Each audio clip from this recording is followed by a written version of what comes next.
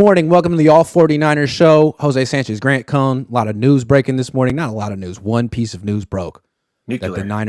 That if you call the Niners and say, hey, can we trade for Trey Lance? They'll answer the phone and be like, what are you offering? So they're open for business.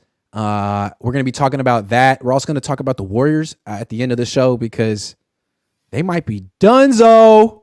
We're talking donezo. We're also going to talk about the Kings too because they might not be donezo, and there's a lot of Warriors, Kings fans who are Niner fans. But let's start with Trey Lance.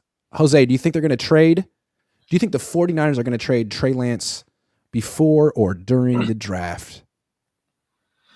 Neither. I'm still prone to that. It's not going to happen. Not anytime soon. I think it's funny how all this came out as soon as I wrote that article, literally just a day or two ago. But it pretty much just dumbs down to, are the Niners really going to trust a third quarterback? Well, when they draft someone, it's going to be a third quarterback anyways, temporarily, Purdy. But they're just going to essentially have, if they trade Trey Lance, they're essentially going to have a rookie, Sam Darnold, and God knows whoever else on the roster that has no idea what the playbook is yet. I'm sure Darnold already has a little bit of a semblance of it, but still, it's the difference between reading it and putting it together on the field. And the first step is OTAs, right?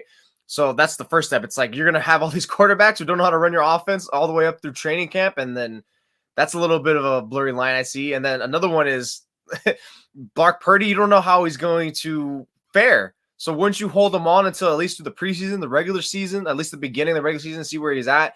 Maybe there's a setback. You know, there's so many roads that the quarterback position can take for the 49ers that it seems more detrimental to trade Trey Lance than it does to retain him. And especially another thing is, what are you even going to get for him? What's the value? Is it even worth it, like getting that a third round pick, if that? Because I think that's the best that someone's going to offer, and I don't think that's worth it. What you can instead of just keeping them on board and seeing what's up. I feel like the way the report was framed, they made it seem like, man, the Niners don't necessarily want to trade Trey Lance. It's just that they answer for any offer. They'll answer for John Lynch or Kyle Shanahan, and so many teams are interested.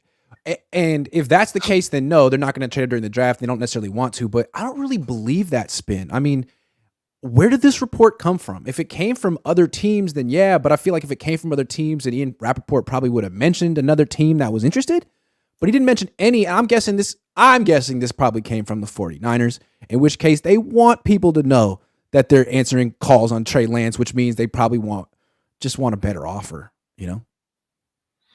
That makes sense. Yeah, I mean, because look, I don't see any way. I personally think Trey is probably worth a fourth or fifth, if not any value, to be honest.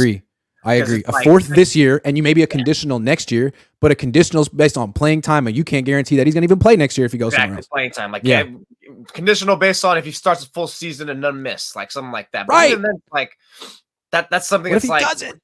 Would you feel okay? Like if I'm 4 years, I'm thinking no, I'm not feeling okay with that. A fourth and a conditional next year, or just see what you got in Trey. Just see what you got in Trey. It's fine because I think you can still trade him in the regular season by the deadline if you really need it. That's why I think it's the soonest and the most realistic scenario that you can trade him.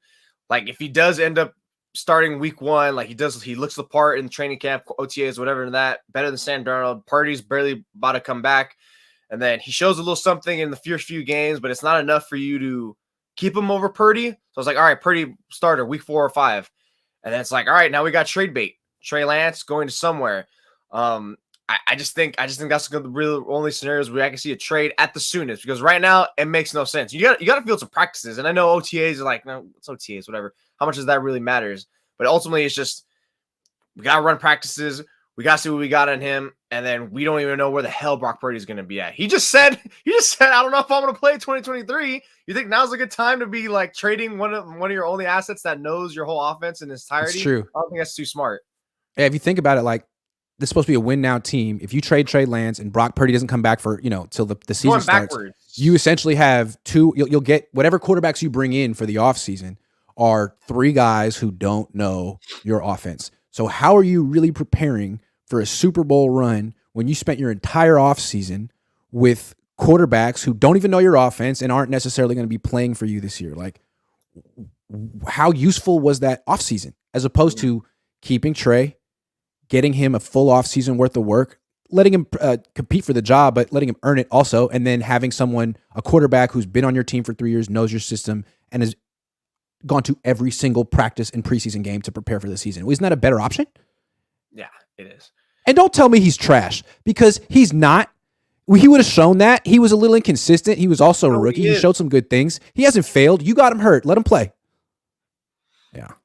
I think another thing is also like the playbook thing, like getting the offense actually integrated into these players' quarterbacks' head is like should not be dumbed down. It's like, dude, like they were talking about Jimmy Garoppolo getting it down after a year or two and playing with them.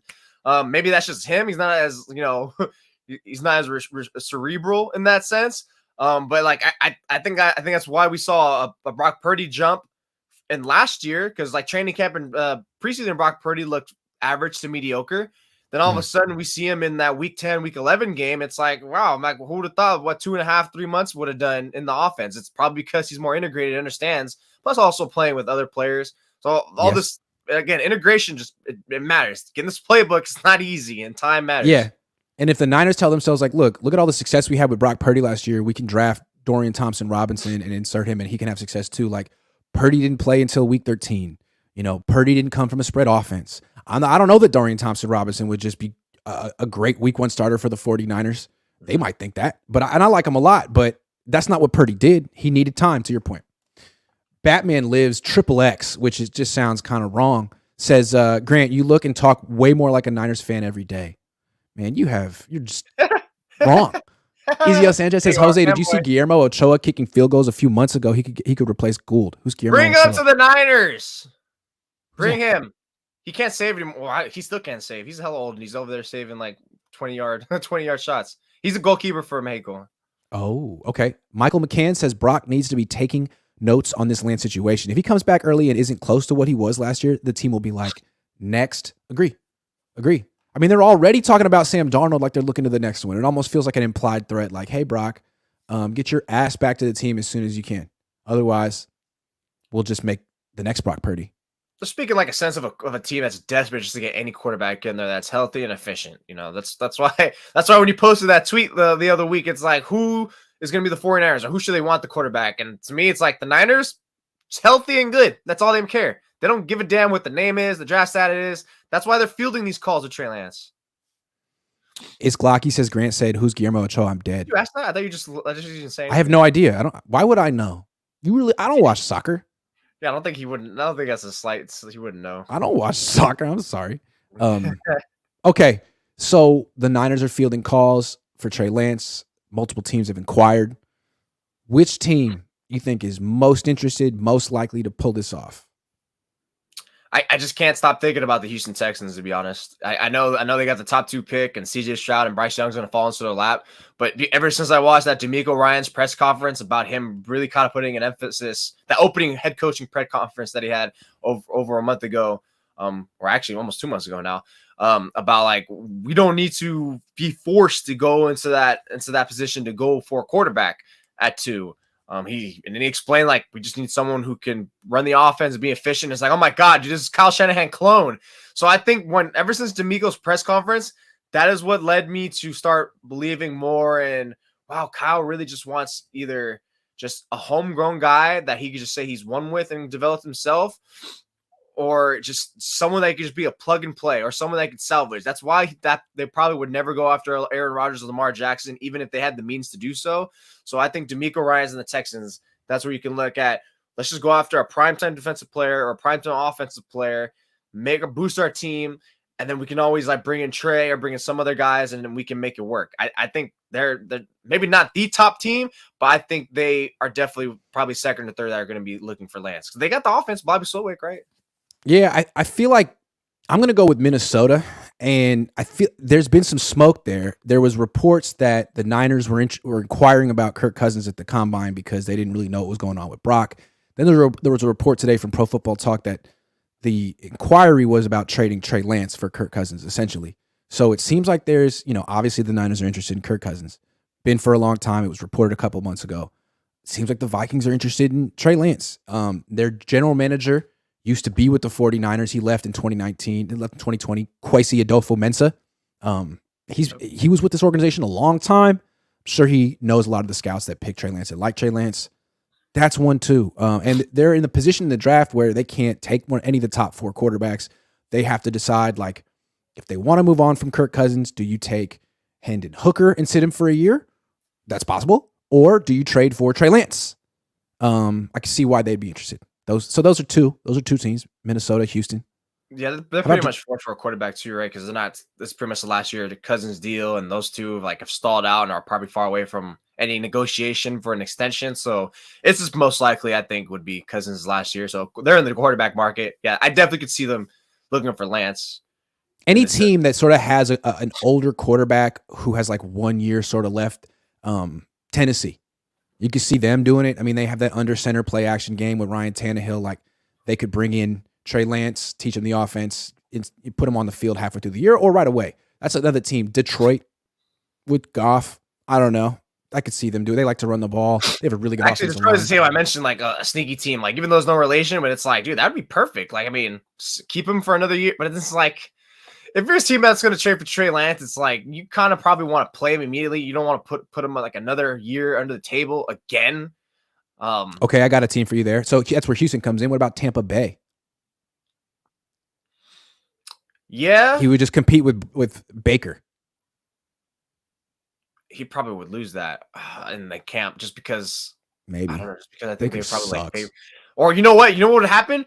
They'd give Baker the start, but they'll pull the plug on Baker pretty quick if he messes up, like 6-7 games. Yeah, there you go, and then get Trey Lance ready, and then he'll be the savior. Tampa. That'd be perfect because then he's got Mike Evans, who's perfect for his type of game going downfield. He would just need to really work on like with Godwin, getting those timings down and just the windows, because Godwin's great going across like a little like seam and crossing routes and stuff like that. But yeah, there's definitely a lot of teams on the table. I think there's even like more sneakier teams if we really, really like dug into it.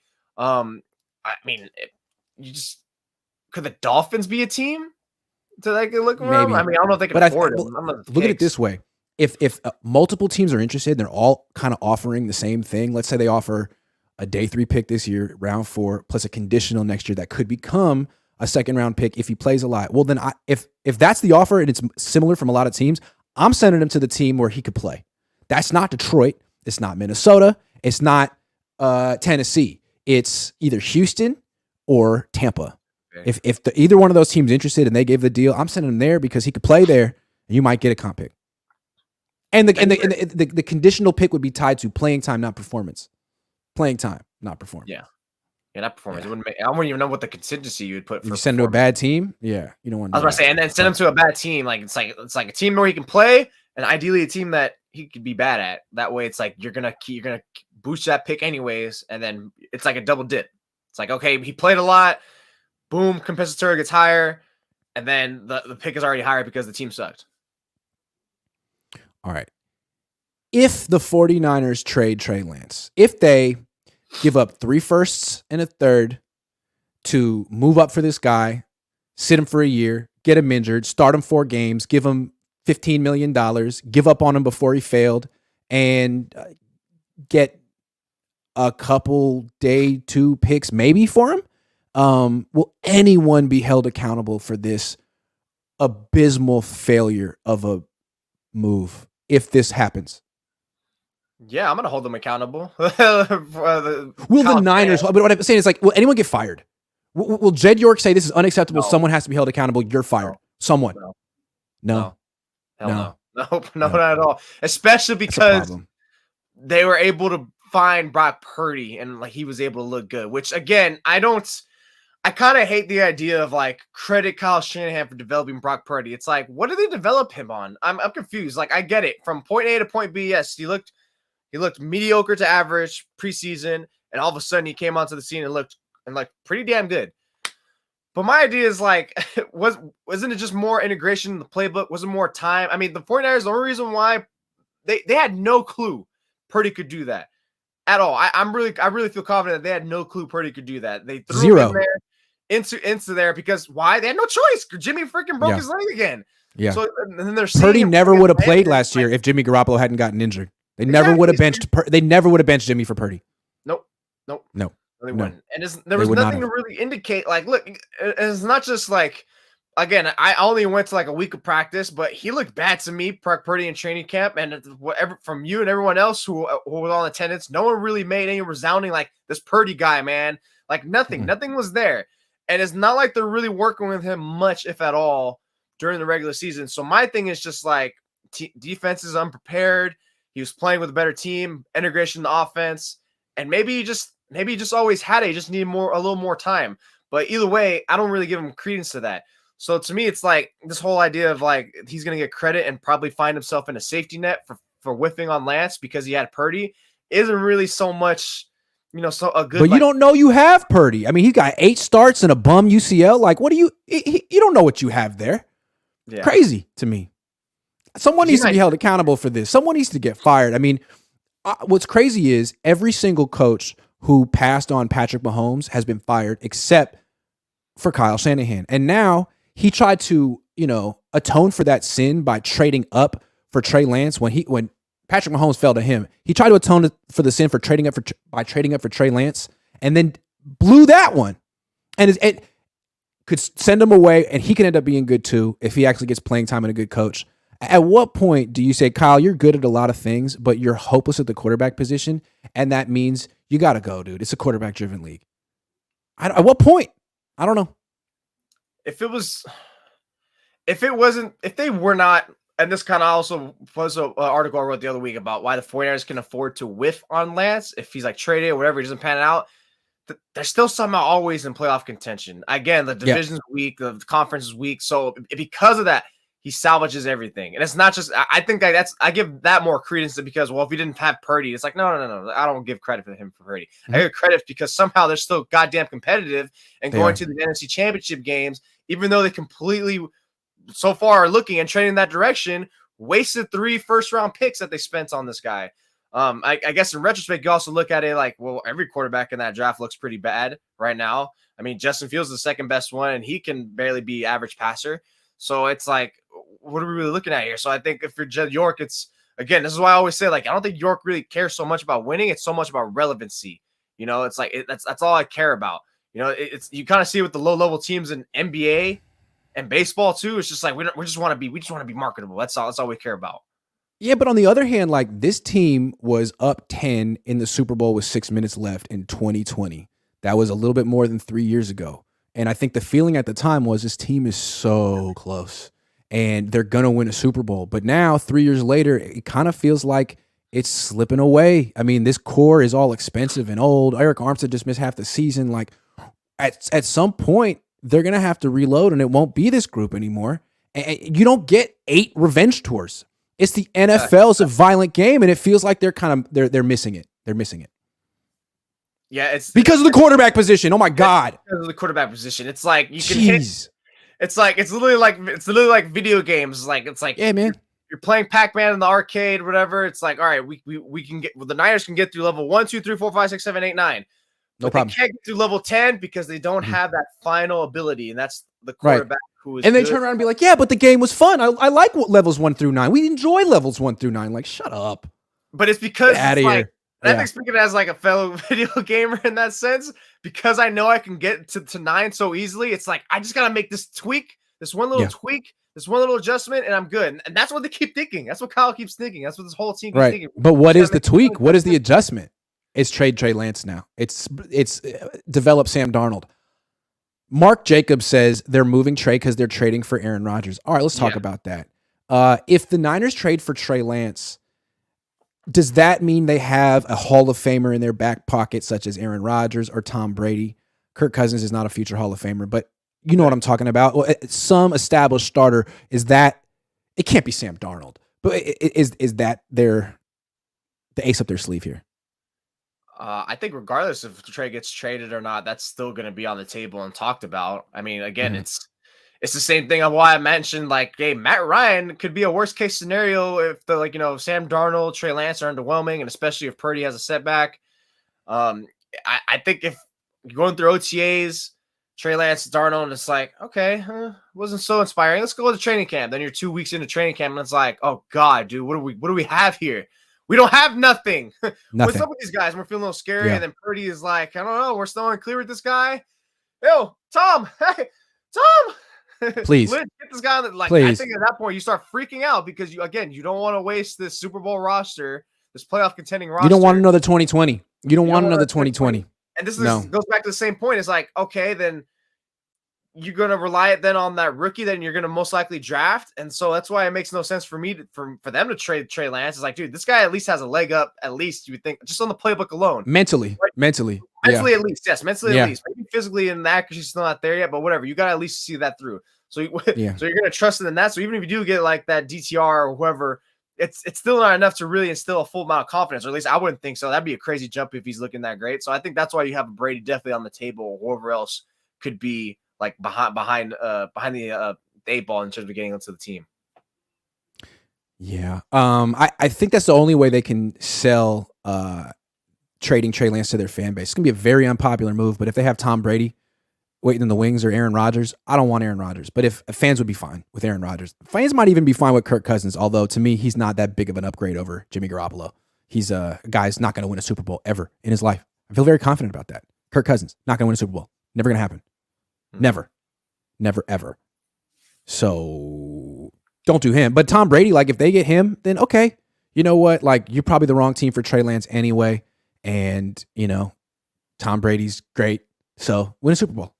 But you got to win a Super Bowl. You have to win the You Super Bowl. have to. You have to. I don't know if the Niners want that kind of pressure, man. That's a lot of pressure.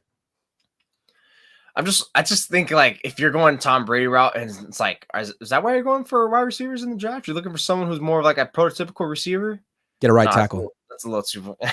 Oh wait, are they? I mean, if you're gonna get Brady, then you're really going to have to secure that like front line at least. I mean, at least you got these other guys who have a little mobility to delay that, or at least give you a nice little stiff arm onto that. What those weaknesses are in your offensive line. Brady's just gonna be a sitting duck all day in there. You better hope you bring like a nice stone wall there, restriction everything. Well, I hope Kyle Shanahan's ultimate legacy isn't that he sent Tom Brady into like for real retirement with an injury, because that's Kyle Shanahan's pattern right now. But I think it's interesting, like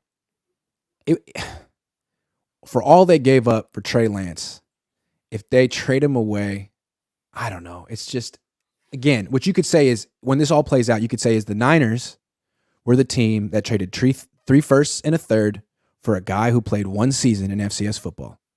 That's what they did. And then they traded him away for a third after he started 4 games in the NFL. Like when you put it like that, it's just so incompetent. So incompetent. So don't do it. After that, that's why it's like just start trading all your firsts at this point, because when you use them, it's like it never works. This team is terrible in the first round. Terrible. Nick Bosa's the only one. He's probably the most no-brainer. I don't know how much credit you can give to him. If anything, you should say thank you to the Cardinals, because you already knew they were going Kyler Murray. It was the worst kept secret. Ayuk, second best, but you're probably not going to keep him. You don't know 50-50. Other than that, everyone else whiff. McGlinchey, like, great, you got 5 years out of him, but it's like, all right, you don't draft in the top 10 for someone just to leave. Like, oh, they couldn't afford him. Well, yeah, they couldn't afford him because they let him hit free agency. Why? He stinks. No, if you draft a guy in the top 10 for him to be a franchise cornerstone for multiple contracts. That's why you don't draft running backs in round 1, because they get hurt so much. A lot of them don't get a second contract.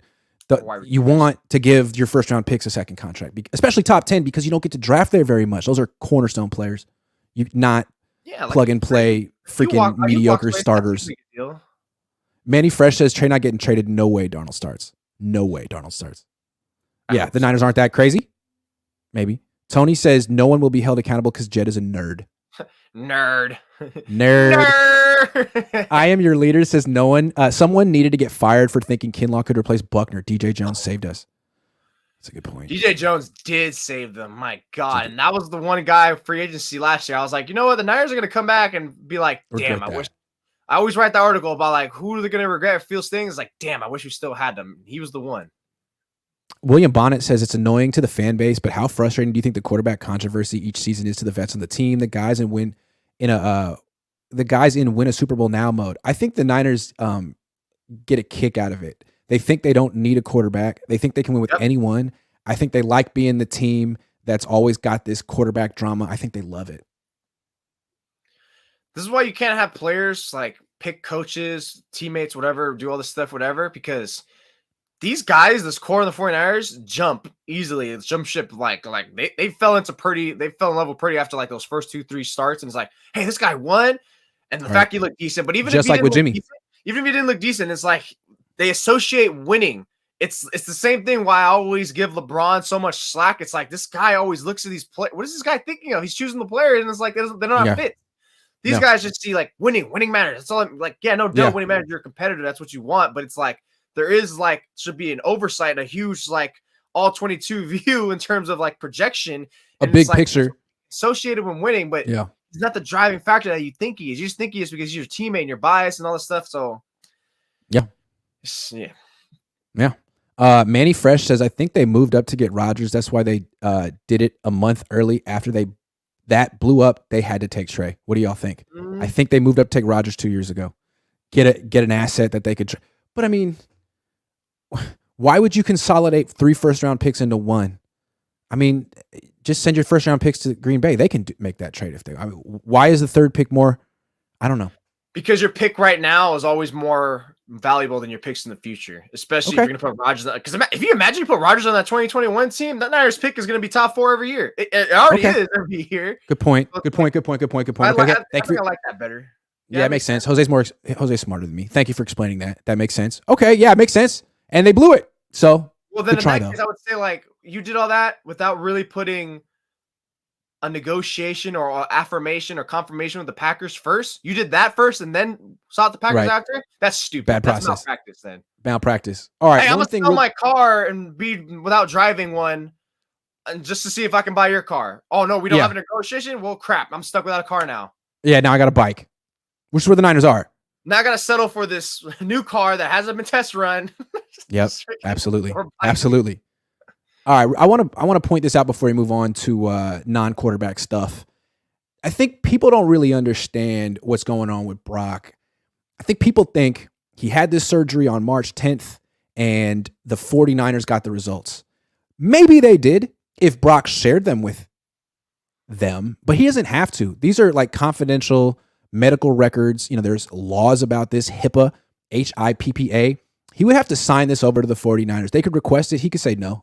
So I don't know what they know, but if Brock's being represented well by his agent, he would say, no, you don't get to see my medical records. And so when the Niners say stuff like, he could be back at the beginning of training camp, or he could be back in 8 months, or it could be it's possible that they just don't know, that they're guessing like us and they're making, educated guesses, but that the only people that really know the actual results of his surgery are the surgeon, Brock, his agent, his parents, his family, and people he shared it with. Maybe he shared it with the Niners, maybe not. That's the way I look at it. I always viewed it as that they're kind of just treating it like a worst case scenario, almost like we got to be prepared for the worst in this sense. And we don't know. We don't want to put all our eggs in one basket, like in that way. Like, I don't want to like say like, oh yeah, he's going to be ready to go. And then God forbid, if it's just 1 week delayment, it's like Kyle said he was going to be good on August 13th and he's not back until August 21st. So I think I just think they're trying to be careful with the words with him. And so much like they don't want to like say too many things like, oh, he's gonna be good, he's gonna be this and that. But to be in your way, in your way of thinking, I would say like maybe the Niners are saying that because in their exit presser, they kind of put pressure on Brock to come back in a way. So maybe when they're at the annual meetings, they're trying to speak into a sense of we don't know, take his time, all that stuff. So that maybe that was their version of like leveling with him, almost like giving him that time, not to like put too much of the hot iron to him. To me, though, when Kyle Shanahan, every time he opens his mouth and talks up Sam Darnold, that's a threat to Brock. I love Sam Darnold. Like, I don't think that much of you, Brock. Like, yeah, I appreciate what you did, and I trust you to run my offense, and I want you to be my starting quarterback, but I made you. And if you mess around, I'll make Sam Darnold too. That's what it feels like. And I feel like, man, Brock, call that bluff, dude. You have nothing to worry about with Sam Darnold. Sam Darnold is not taking your job. Call that bluff. Do what's best for you. Because the Niners can always get another quarterback. You can't get another elbow. That's it. This is your one elbow, man. Make sure it's good. Seriously. They don't care about you, dude. They don't care about you. You're a depreciating. Yeah, they don't care. I mean, he doesn't need to see Kyle's sense. I mean, they just look at the way they're treating Trey Lance. All of a sudden, it's like we don't care. We already spent all these picks for this they only gave him 1 year of a chance, and God forbid it happened an injury. And now all of a sudden it's like, well, no, we don't care anymore. We're not prioritizing him. Which again, it's like they don't.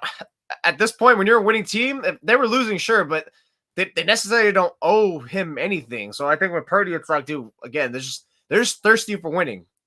What this team does with winning, it's just a drug to them. Attach anyone, put anyone who's healthy there. Anyone who can run. Because if you think about it, this core that's been around forever, they went from being the worst team in the league. They went from being basically defeated, 1-10, to undefeated. And I think that was it made them like addicted to winning regular season games. They will not take a step back. They're not going to go back to the days when they were awful. And they had a slip up in 2020. They would much rather be respected among the best teams in the league than take a step back to take the ultimate step forward. They won't do that. It's too painful what happened in the past.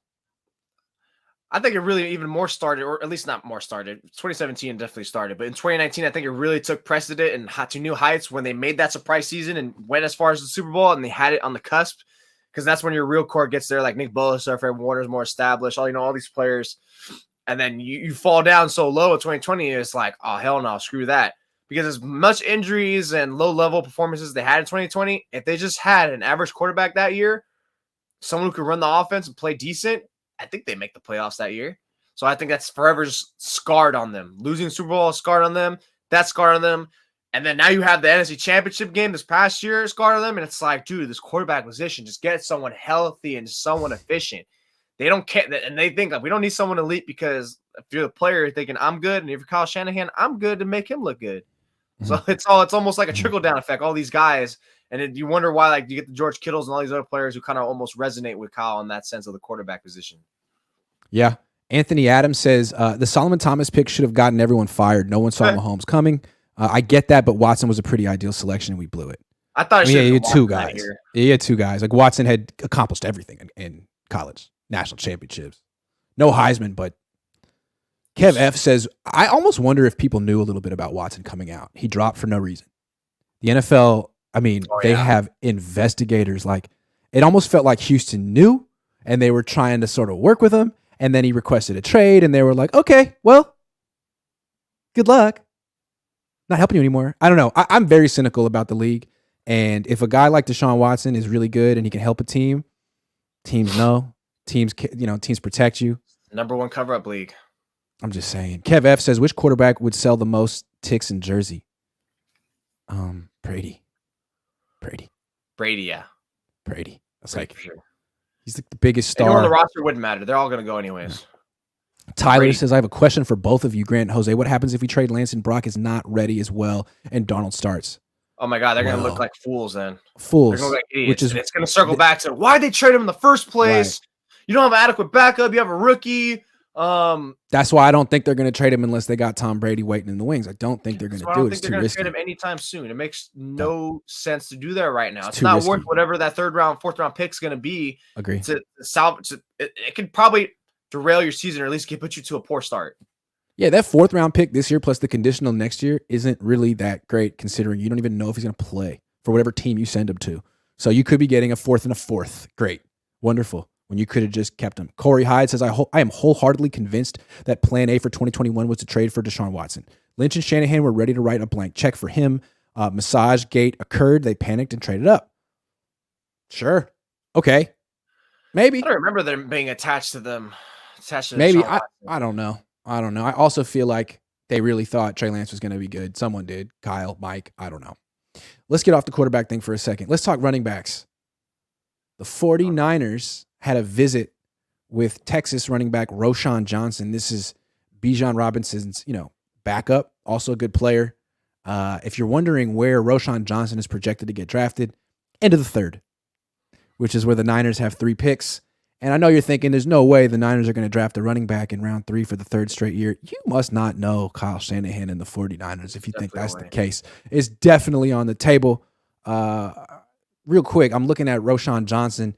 He is 6 feet tall, 225 pounds, ran a 4.58 official, 4.53 handheld at the combine.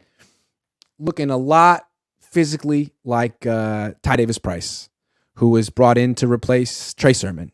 and Ty Davis Price was worse. So it's possible that they're bringing in a guy to replace Ty Davis Price. What do you think? Yeah, I would not write it off. If you did it once, if you did it twice, Do it again.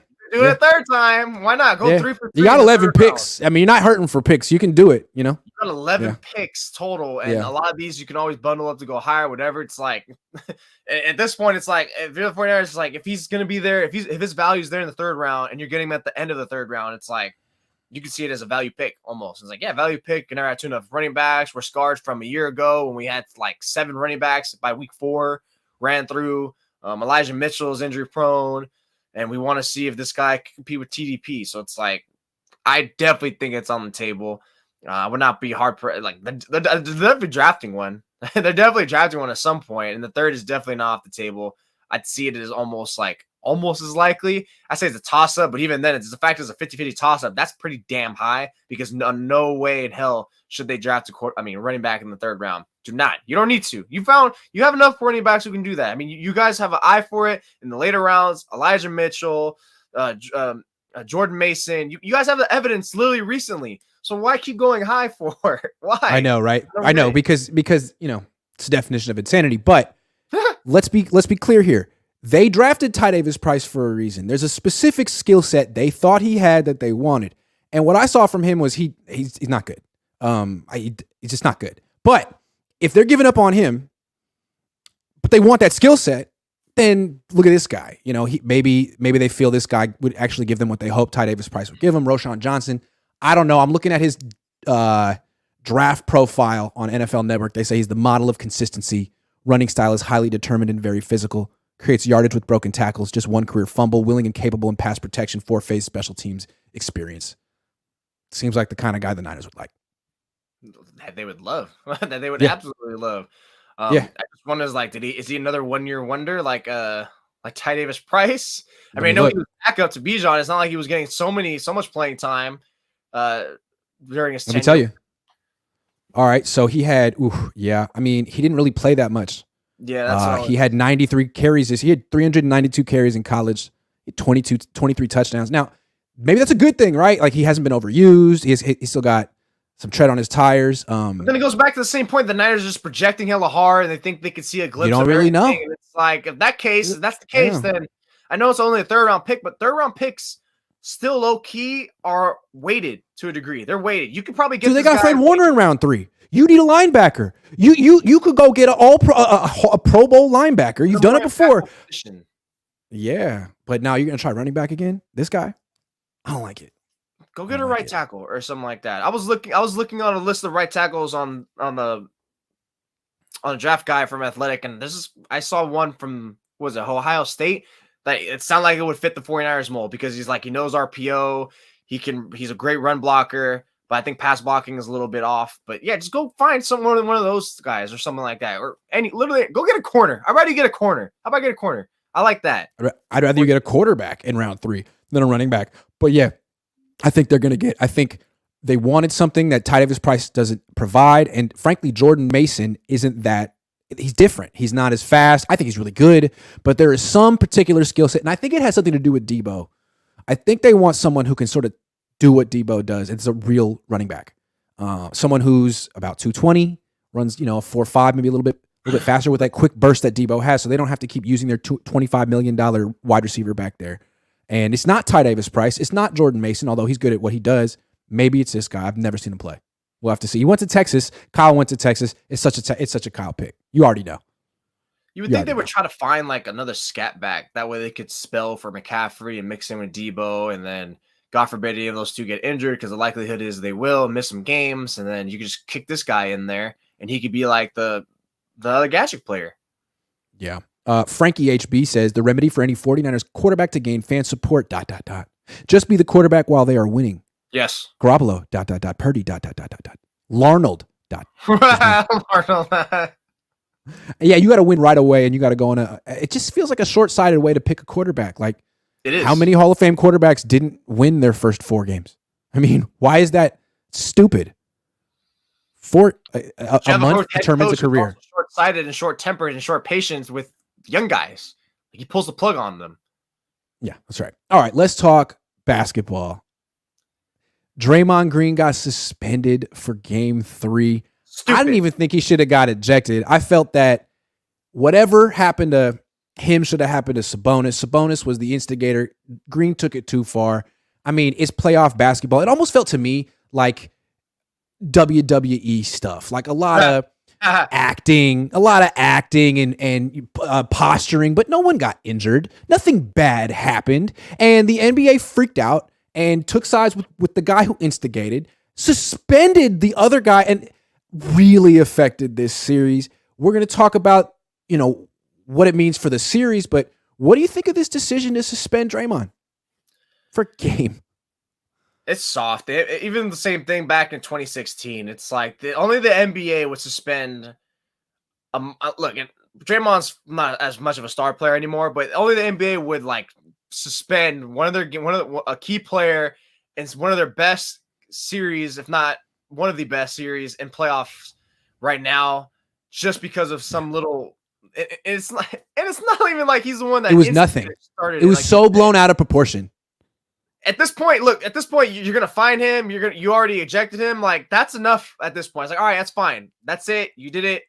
And it was like, what was it, with 4 minutes left, right? Too. So that was enough for maybe Draymond could have helped, and maybe when they tied the game up by that 3-minute mark, that could have maybe gave them another push. But that was enough already at that point. Now you're gonna suspend him, but it's because his history.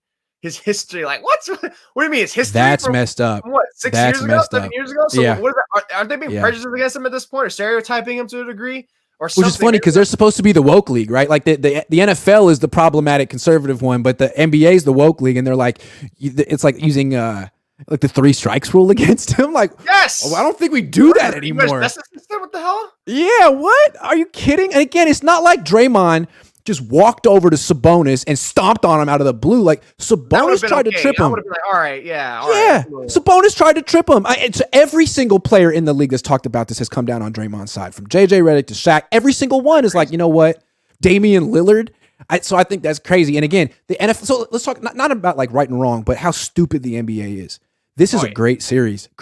And this rivalry between Sabonis and Draymond is profitable. Like, you could market this. Draymond, Sabonis 2. Watch them Tuesday night. Will they get into it? Fans like violence. Even the idea that it could happen. Why do fans watch hockey? Because there might be a fight that night. Let's be honest. Are you kidding? It's hockey. So, yeah, they blew it. Like this. Now people are going to tune out of this series. People think it's over. It's not the real Warriors team. They blew it. This is a second-tier league that had a chance to get a blockbuster first-round playoff series, and they fumbled it. Amazing. But that's the NBA. That's why people don't care. Suspending Draymond. Yeah. This is why I always say, like, me and my cousin always say, the NBA is in the gutter. Like, the NBA's been in the gutter for the last, like, several years. And this is just another example. They're just doing all these stupid things. Like, wow, you're suspending him. Like, nobody on this God Green earth wanted to see Draymond Green suspended. Not even Kings fans. Because some Kings fans out there thinking, like, Draymond. We can beat him legit. We can beat him legit. We don't need help. Yeah. I mean, you're already 2-0 against him with Draymond on the court. What does it matter? You don't need help. This just feels like it puts an asterisk on it, which is unfair because the Kings, not to take anything away from the Kings, they're a hell of a team. And if they beat the Warriors, it should be a great accomplishment. But this cheapens the whole thing, and it's not their fault. It's the NBA's fault. You know what's going to happen? It's going to be like you said, like, we have some Niner fans who are Kings fans right now. It's going to be just like the NFC Championship game. That was an asterisk loss. We lost without a quarterback. So if you're the Warriors, you can be like, well, we lost one game, asterisk. They already do the same thing against LeBron James when he was suspended, when Draymond was suspended in 2016 for Game 6. I mean, so it's definitely just I just think it was pathetic. It's putrid. It always bothers me that it's always in sports and all the sports, even in some aspects beyond life, that instigators and initiators are never anywhere remotely close to being the same or nearly at fault. And it's like, I'm a big believer in domino effect. It's like, look, this does not happen if he does not start it. If he or she does not start it, or this thing does not kickstart, that's going to be the reaction. And it's like, even if it was malicious, sure, it was more malicious, the little ankle lock versus like the stomping on this guy, whatever. It's like, sure, it was more malicious. But again, I'm talking about fault. It's like, dude, this guy is equally as fault, if not just about a notch below. And it's like, this is why no suspension should have occurred.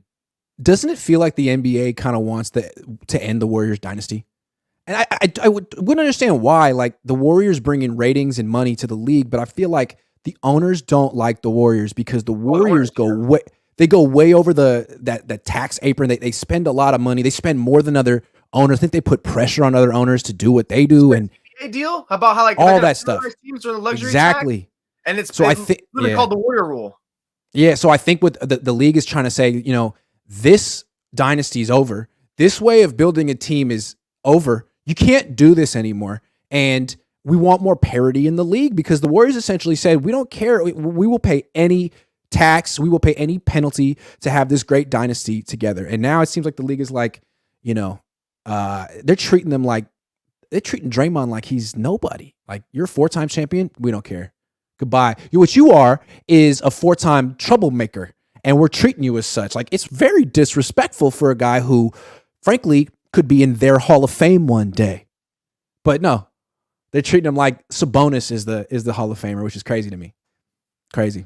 Anyway, let's move on. Like, if the lights turned off in the arena for like 10 seconds and turned on, and they saw like one or two dudes like beat up, and they were looking on the court like, Draymond, where's Draymond? Where's Draymond? Like, what? That's what they're doing. That's what they're doing right now. All right. So Draymond's not going to play game 3 at home. I believe the Warriors are still favored to win. They lost 8 games at home all year, but Draymond is the defense. He's also the point guard. Is this series over? If they lose game 3, I think it's over. Do you think this series is over right now? Yeah, I think it's over. I think the Kings are winning, and I can see the Warriors making a push again, and it'll go to 7. Look, I thought the Warriors were going to take it to 7 against the Kings. As a respect to the Kings, I don't think too many people watched them. They were hella fun to watch.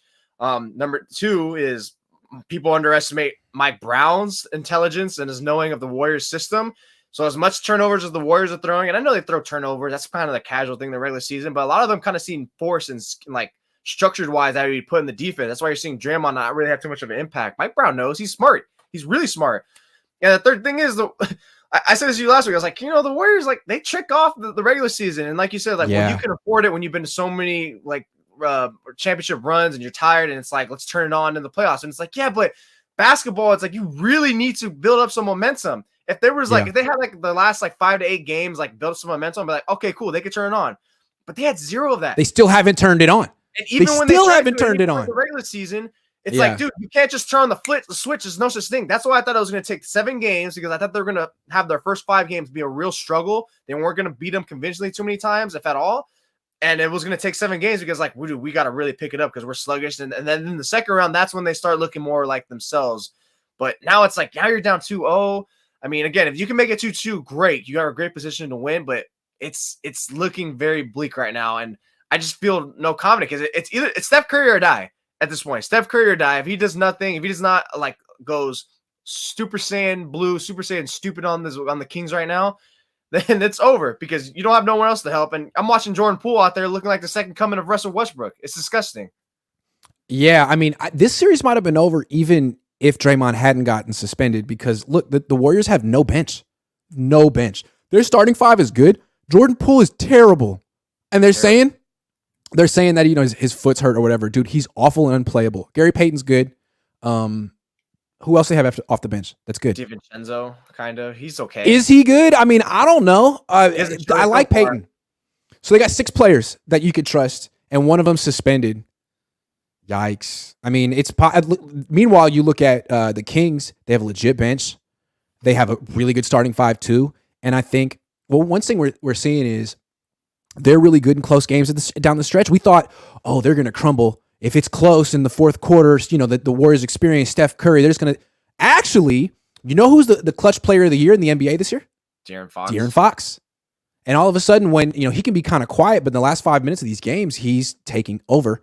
So, yeah, I mean, this series, the Warriors are looking like the older, worse team. And, you said, to your point, they would look like this all year. It's possible that when Draymond Green punched Jordan Poole in the face, that didn't help. No. It's possible that didn't help things. No. Like, this isn't a team. This is not a team. Why are they so good at home but so bad on the road? Because on the road, you have to hang out together. Right? You have to be together, and they don't want to, I don't think, because it's a weird freaking team. And so they lose all the time on the road. I don't know. I feel like something's off with this team. They don't feel like in sync or together. No, Andrew Wiggins just left. No, I'm sure he had reason, but still, he just left. Like, this team is not cohesive at all, and they thought they could just, get Gary Payton, they get Gary Payton back. Like, nah, you tricked off the whole year. The plan was to have Wiseman, Poole, and Kuminga be your bench. That didn't work. You have no bench. Like, you're trying to. Meanwhile, the Kings have everything. Like, you're screwed. It looks like you're screwed right now. And Steph is great, but he's also 35 years old. There's only so much he can do. There's definitely an arrogance to this Warriors team that was always put on display in years past, but this just feels egregious. Like, they're just going in there. Like, you got Draymond socking fools, and they're just tricking off regular season again. Like, it's whatever. We're resting. It's all good. Everything. Like, it was such on a level that they just tried to do everything, and it's like, we're just going to skate by it. This is the hardcore most skate by I've ever seen by the Warriors in a regular season. Yeah. And that's what drove me nuts. It's like, and I get the argument. It's like, well, when you're a championship team, I'm not saying just that you specifically said this because I know you're along the lines, but it's like when you're a championship team, it's like you can flip the switch. Yeah, I get it, but they had an arrogance in the years past, but not to like this degree where we could just like, just really, really skate by and get away with all these things that you don't see other playoff teams doing. And I get it. You're using the years past, but this is a different team. They're older. Again, like you said, it was always started. It was always weirded and tabooed the season as soon as Draymond punched Jordan Poole, which by the way, not a team. What does he do? What does he do this team? I'm watching Mike Brown. It's like it's a mismatch. What does he do? What does he do?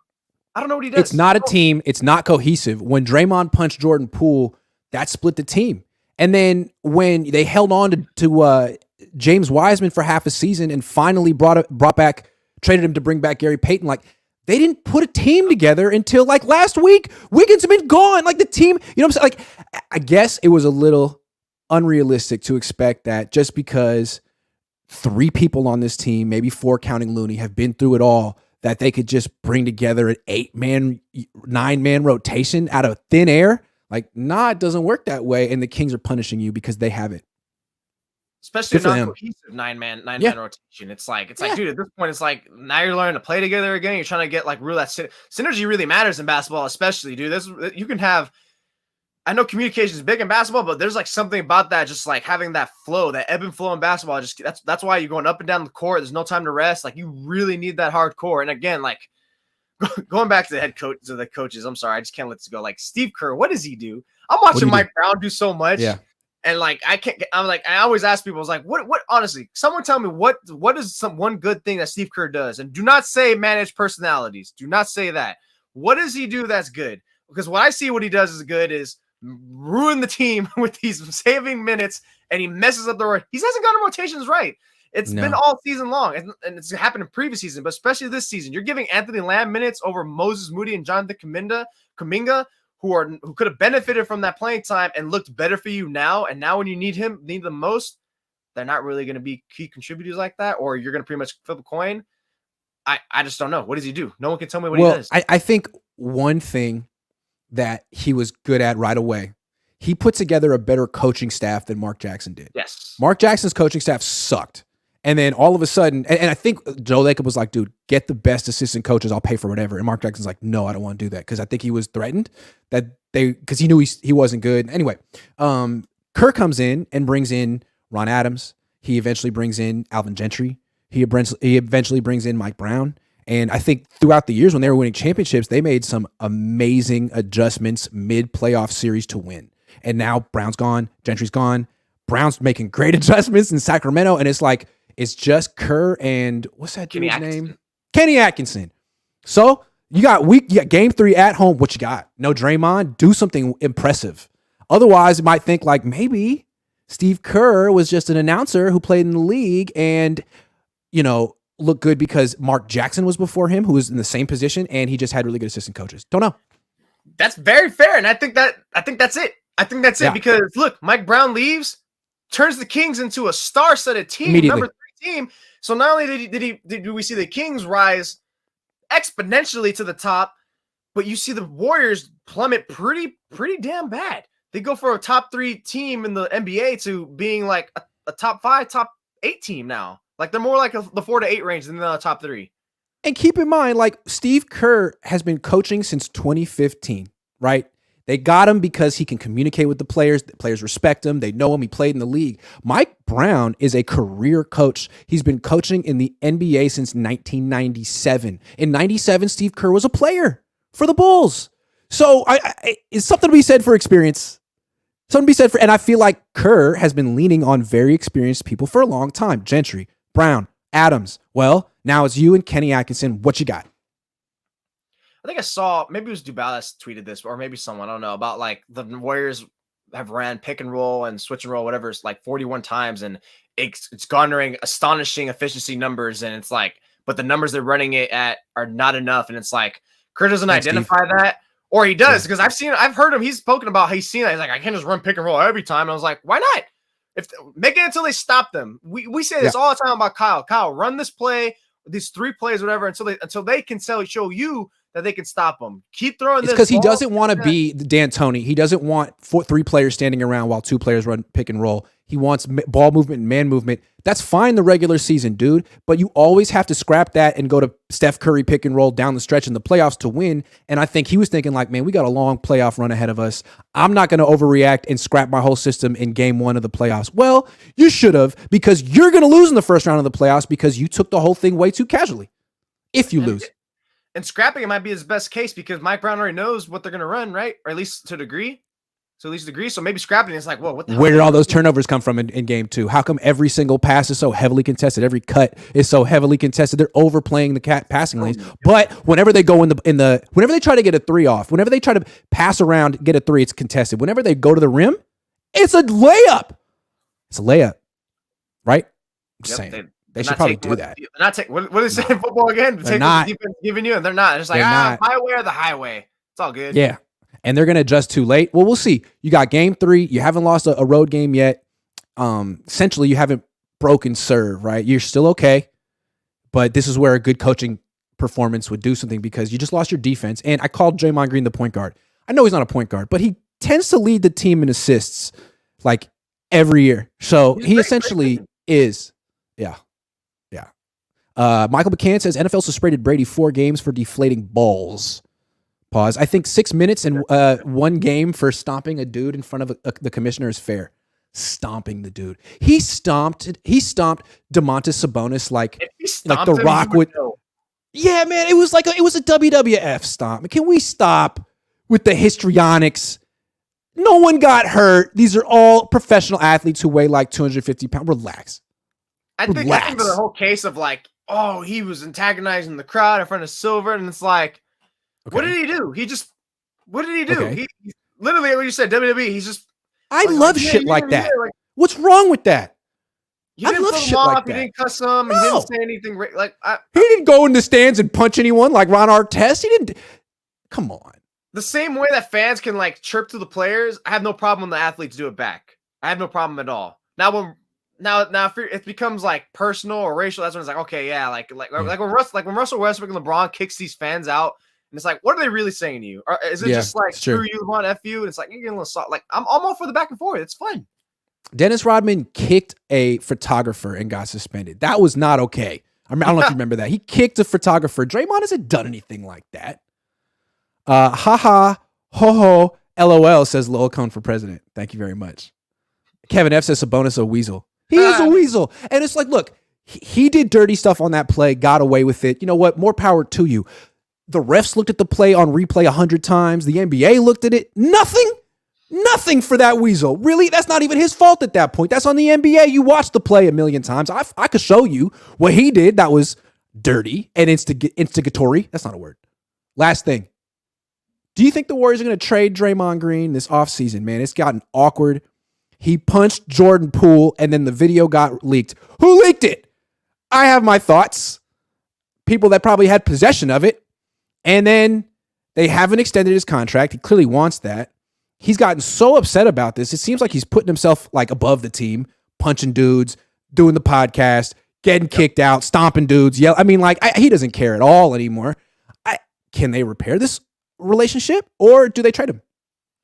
No, I think after he did that punch, I was like, all right, and I always felt like I was a big Draymond Green defender, but the last like year and a half, he's gotten a little too much for me. It's like, all right, Draymond, come on, it's real. Now it feels like you're trying too hard. And then he did that, and it's like, wow, wow, you don't do that, man. You don't do that to your teammates / brother, especially when you're a leader.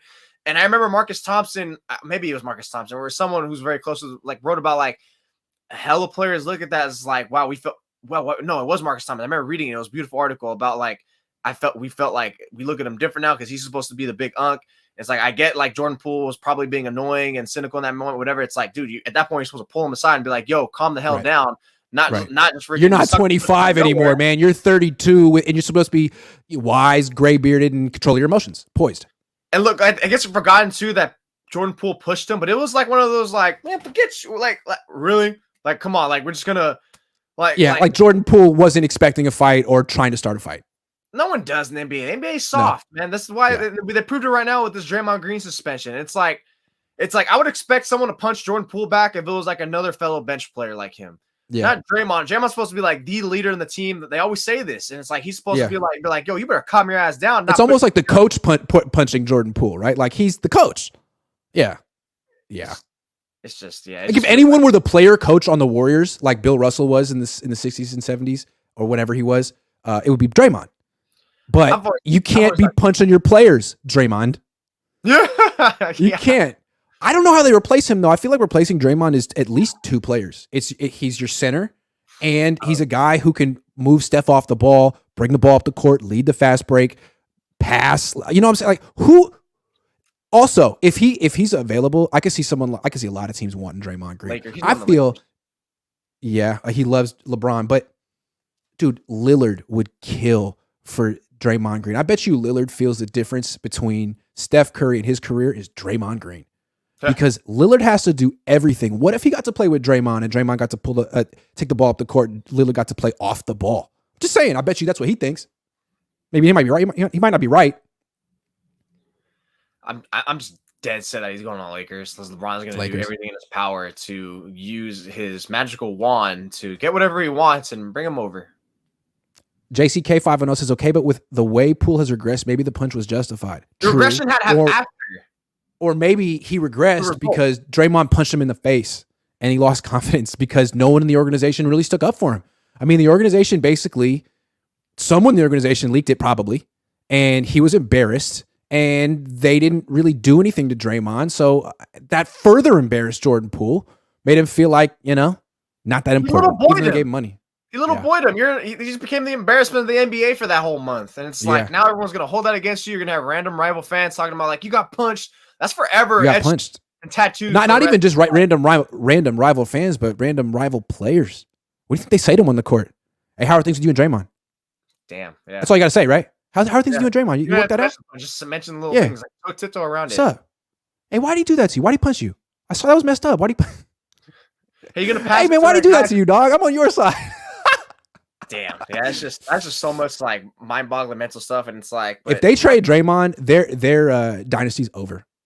They were not a dynasty until they got Draymond. They haven't won shit without him. He might be nuts. He might be out of control. They're not winning another championship if they trade him. That's my prediction. They better not. If he comes back, he's got to be cheaper. They can't be giving him like all this astronomical money, like market value. It's like he's not worth that anymore. They got to make sure he's not putting himself above the team anymore either. It seems like they can't control that. Otherwise, they would have been out, right? Jumped the shark a little bit. Like, because you want edgy Draymond. Edgy Draymond's good, but he feels like he's gone beyond the edge a little bit right now. I mean, it seemed like he was begging to get suspended when he started yelling at the crowd, right? I mean, Adam Silver's there.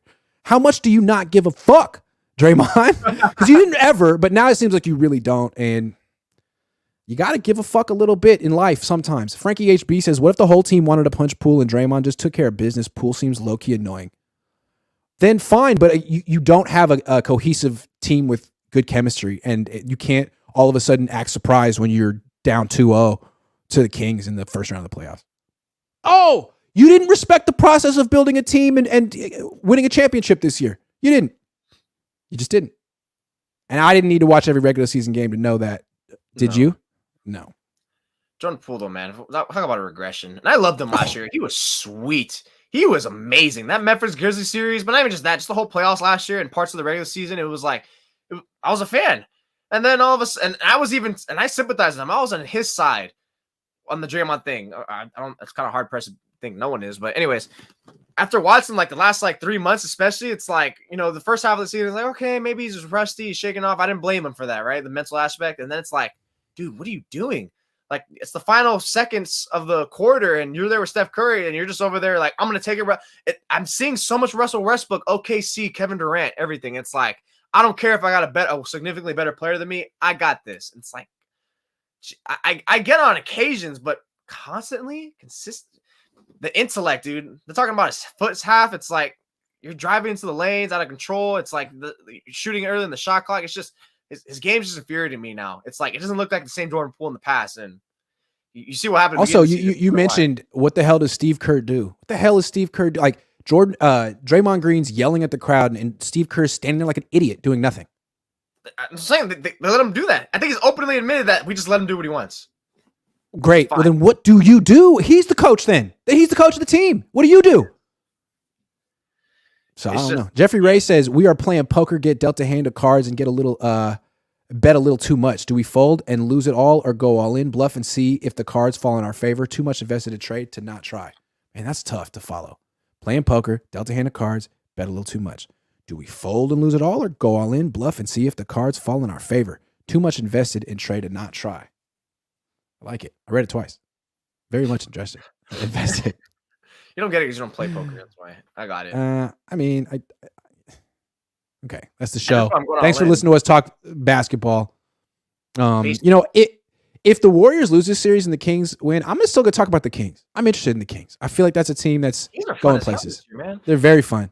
So I'm not going to stop talking about basketball until both of those teams are out this year. I feel like a lot of Niner fans are interested in the Kings, and I'm interested in the Kings. And I'm not a Warrior fan. If people think I'm a Warrior fan because I'm defending Draymond Green, I respect him because I consider him an all-time great player. Maybe I'm wrong, but I'm not a fan of the Warriors at all. In fact, it amuses me to watch Steve Kerr and this team, Joe Lacob, kind of get what they deserve after what they did to their bench and how they treated this entire season. The James Wiseman thing, that's what you get. You held on to him 2 years too long, and you finally realize that you can't really work with young players. You have no vets on your bench who are any good. Look at the Lakers. They got that Hachimura guy. Why do the Warriors get him? He's good. I've seen so many fans talk about, like, why can't we just get one more additional, like, solid role big player, like a 3 or a 4 guy? Otto Porter Jr. was decent last year. He was really good. Where's that guy? Anthony Lamb? I guess to see if he can do that. Tomorrow. Anyway, is it tonight? Tomorrow. Tonight? Tomorrow. Okay. Because you see how much I care about basketball. Thanks for watching, everyone. Jose, good stuff. I'll talk to you probably later today. Peace.